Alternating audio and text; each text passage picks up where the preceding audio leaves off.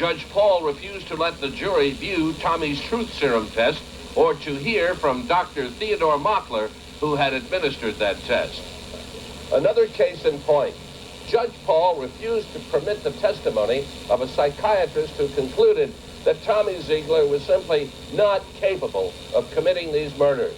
Nor would the judge allow a single character witness to testify on Tommy's behalf, although the prosecution did have that advantage with Charlie Mays. What the jury did witness was an attitude by Judge Paul.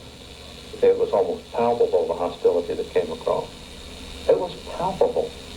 And it wasn't only that I felt it, or Terry felt it, or Tommy felt it. Other people felt it. Other people, like one of the 12 jurors in Zeigler's case. Did you think that Judge Paul was a fair judge? Well, I felt like he had made up his mind before the case was over.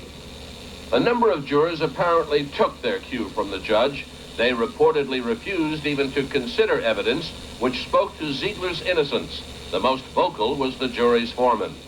He said he had made up his mind 2 weeks early. So they took an initial vote, and it came out a tie. 6 guilty, 6 innocent.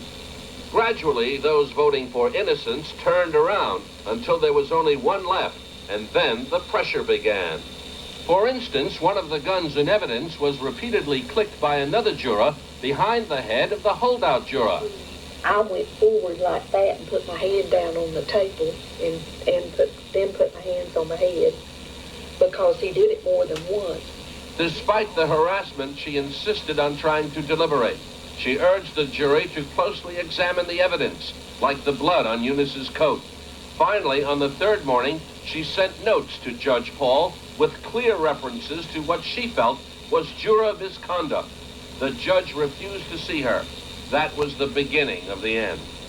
I got sort of sick, and they called the doctor, and he just sent some tablets, and they turned out to be valium. They fix you where you do not make a decision that you would normally make. She voted guilty with the rest. We were not aware that any medication was given. And had we known so, we would, of course, been most strident in our requesting a mistrial, because to introduce to a juror who's under tremendous stress a mind-altering drug, to me, is just, it is beyond comprehension. I want you to know that I consider that to be close to jury tampering. I was pressured in. I didn't just feel it. I was pressured into it. So at 5 o'clock on Friday, July 2nd, 2 days before the nation's bicentennial, the last juror voted guilty with the rest. It was obviously a compromise. The jury recommended life imprisonment, but Judge Paul, as if to confirm McEachin's recollection, overrode the jury and sentenced Tommy Zeigler to death. If somebody asked you, is Tommy Zeigler in your mind guilty or innocent, what do you feel? I feel he's innocent. I want to go back to Orange County and let the people judge for themselves. I want my name heard.